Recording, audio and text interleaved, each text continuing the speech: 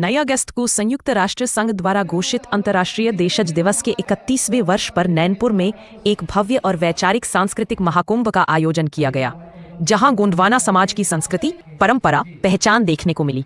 हजारों की संख्या में नैनपुर के मुख्य मार्गों चौराहा से होते हुए नगर की सड़कों पर पारंपरिक गोंडी वाद्य यंत्रों की गूंज, मातृशक्ति सिर पर भोजली टोकनी लिए और युवा पुरातन शस्त्र थामे गीतों पर झूमते नजर आए। चारों तरफ खुशनुमा माहौल और कार्यक्रम की भव्यता देखने को मिली। इतिहास की गहराइयों से निकली चेतना, गोंडवाना की आत्मगाथा। गोंडवाना समाज कोई कल्पना नहीं, बल्कि भारत के मध्य में हजारों वर्षों की जीवंत सभ्यता है, जो हृदय शाह, रघुनाथ शाह, बुलंद शाह, रानी दुर्गावती और अन्य गोंड राजाओं ने इस मिट्टी को आदिवासी शासन का स्वर्ण काल का गौरव दिया। आज उसी परंपरा को अंतर्राष्ट्रीय मंच पर अपनी उपस्थिति दिखाने का दिन था। यह आयोजन अपने संस्कृति, परंपरा, पहचान और इतिहास से वर्तमान को जोड़ने और भविष्य में आने वाली पीढ़ी को दिशा देने का प्रयास है। नैनपुर में सांस्कृतिक चेतना की रैली आयोजन की शुरुआत कृषि उपज मंडी परिसर से हुई, जहां 74 पंचायतों के साथ मंडला जिले एवं विभिन्न जिले एवं राज्यों से आए हुए लोग पारंपरिक वेशभूषा में एकत्र हुए और यह एक रैली के रूप में निवारी ब्लॉक कॉलोनी, चकोर पुल, पुलिस थाना रोड, बांसुरी वादन चौक, सिवनी फाटक होकर पूरे नगर का भ्रमण करते हुए हजारों की संख्या में युवा तरुणाई मंडी प्रांगण में वापस लौटी। विभिन्न राज्यों जिलों के आदिवासी विद्वान मंच पर महाराष्ट्र, राजस्थान और मध्य प्रदेश से आदिवासी समाज के अग्रणी साहित्यकार, चिंतक और नेताओं ने इस गौरवशाली कार्यक्रम में भाग लिया।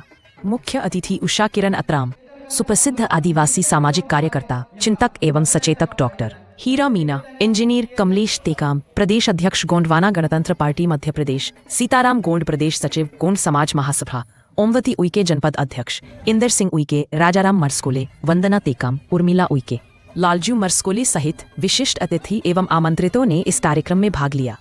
विश्व आदिवासी दिवस पर पूरे मंडला जिले में उत्साह का माहौल रहा। आदिवासी समाज के लोगों ने जिला और विकासखंड स्तर पर विभिन्न कार्यक्रमों का आयोजन किया। इन कार्यक्रमों में हजारों की संख्या में लोग शामिल हुए। इसमें रैली में युवाओं ने परंपरागत परिधान पहने और डीजे की धुन पर नाचते गाते हुए नगर भ्रमण किया। यह आयोजन वर्तमान युवाओं द्वारा भविष्य में आने वाली पीढ़ी को अपनी संस्कृति, पहचान, परंपरा और इतिहास को संजोकर देना होगा, ताकि यह परंपरा सदियों तक जीवित रह सके।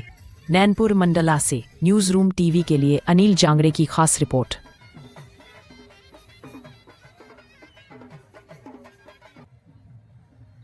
नैनपुर नगर में भी ये उत्सव को मना रहे हैं और सभी लोग जो उपस्थित हुए हैं, कहीं ना कहीं आदिवासी समाज अपने आप को ये महसूस कर रहे हैं कि हमारा योगदान हुआ, इतना जो देश के लिए योगदान दिया, आज़ादी के लिए योगदान दिया, लेकिन आज हमारी स्थिति उस तरह से नहीं है जैसे होनी चाहिए। जो सरकारें वादा करती हैं तो वैसी स्थिति वर्तमान में नहीं है। तो उसी तरह हम लोग भी जो आज दादा मरकाम का जो आंदोलन 91 से स्टार्ट किया था उन्होंने, तो समाज को जागरूक करने के लिए ऐसे हर दिवस को उन्होंने जागरूक करते हुए आदिवासी समाज को एकत्रित करके समझाया कि हमको इकट्ठे मनाना चाहिए। तो हम लोगों ने ये जागरूकता का अभियान, और मैं एक पार्टी का प्रदेश अध्यक्ष होने के नाते मैं पूरे हमारी जो पार्टी है पूरी ट्राइबल बेस्ड पार्टी है और हम एक चुनौतीपूर्ण अवसर को मानकर आदिवासियों के लिए जितना भी हो सके प्रयास कर रहे हैं, जागरूक करने का प्रयास कर रहे हैं और राजनीति में भी हस्तक्षेप है हमारा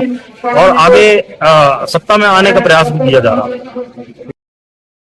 इंडिया मतलब इंडिजीनियस लोगों की धरती, यानी आदिवासी लोगों का देश। उनकी अपनी धरती पर ये देश बना है और ये जो शासन कर रहे हैं, ये देश में बाहर से आने वाले लोग हैं, चाहे इनको आक्रमणकारी या लुटेरे कह सकते हैं आप, जो यहाँ बस गए और आज शासन व्यवस्था चला रहे। इसीलिए ये आदिवासियों की अस्मिता के खिलाफ कार्य करते हैं। आपको जानकर आश्चर्य होगा कि देश में राष्ट्रपति के रूप में आदिवासी हैं। हमारी द्रौपदी मुर्मू जी संताली समाज से है, लेकिन आदिवासियों की स्थिति कितनी विकट और दयनीय होती जा रही है। वन अधिकार कानून को इन्हीं के शासन में खत्म किया गया है। आदिवासियों के जल जंगल जमीन पर हक जताने के लिए मोदी जी आपको तो बोलते हैं एक पेड़ माँ के नाम, बाकी पूरा जंगल, नदी, पहाड़, पानी बलिदानी के नाम। इससे बड़ी विडम्बना क्या होगी जब राष्ट्रपति आपका लोकतांत्रिक व्यवस्था है, आपके हक अधिकार को आपके सामने निगला जा रहा है, खाया जा रहा है। हर जगह जगह आपने पूरे सावन भर में देखा कांवड़ यात्रा में कितना पैसा खर्च किया, उसमें जाने वाले बच्चे कौन है? सोचिए थोड़ा सा, क्या वो कांवड़ यात्रा से उनको शिक्षा मिलेगी, उनका स्वास्थ्य मिलेगा, उनको एजुकेशन मिलेगी, या उनको रोजगार मिलेगा, या उनके परिवार या समाज का विकास होगा, या उनको सोचिए, जब ऐसी अनावश्यक चीजों में सरकार खर्च कर रही है और जब राज्यों में जहाँ शिक्षा होनी चाहिए, जहाँ स्वास्थ्य होना चाहिए, जहाँ रोजगार होना चाहिए, जहाँ पूरी आवश्यकता की मूलभूत जरूरतें होनी चाहिए, अस्पताल होना चाहिए, वो चीजें नदारद है और ये चीजें तेजी से बढ़ाई जा रही है ताकि एक धारा में पूरे देश को बढ़ाया जाए और पूरे देश को हिंदू संस्कृति में गुलाम बना दिया जाए। ये गठबंधला राजा संग्राम चांद की धरती है, जिन्होंने अपने शासनकाल में सोने के सिक्के चलाए थे, सफेद हाथियों का काफिला था। रानी दुर्गावती उन्हीं की पुत्रवती थी, धरपत चौक का बेटा था। आपको इतिहास में कहीं जिक्र नहीं मिलेगा कि उन्होंने अकबर और बाज बहादुर की सेनाओं को परास्त किया था। वर्णवादी समुदाय था, उसको एसटी का दर्जा देकर आदिवासियों की जमीन को अभियान की उनको एसटी का दर्जा दे रही है सरकार और उन्हीं को लड़ा रही है, अपने लोगों को वहाँ छोड़ रखा है, चाहे वो प्रशासनिक रूप से हो, चाहे वो आरएसएस के गुंडे हो या उनके अपने बनाए हुए लोग। आप लोगों ने आप मीडिया के लोग हैं, आप लोगों को सच्चाई बहुत अच्छे से पता है पूरे देश में क्या हो रहा है।